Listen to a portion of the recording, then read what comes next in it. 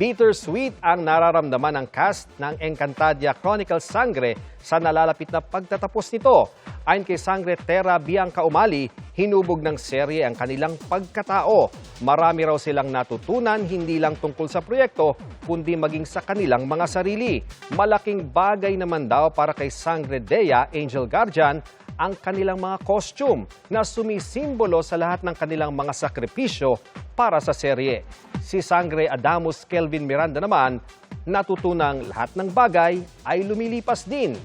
Lubos naman ang pasalamat ni Rian Ramos na gumaganap bilang mitena sa mga dumating na oportunidad sa kanya dahil sa Encantadia.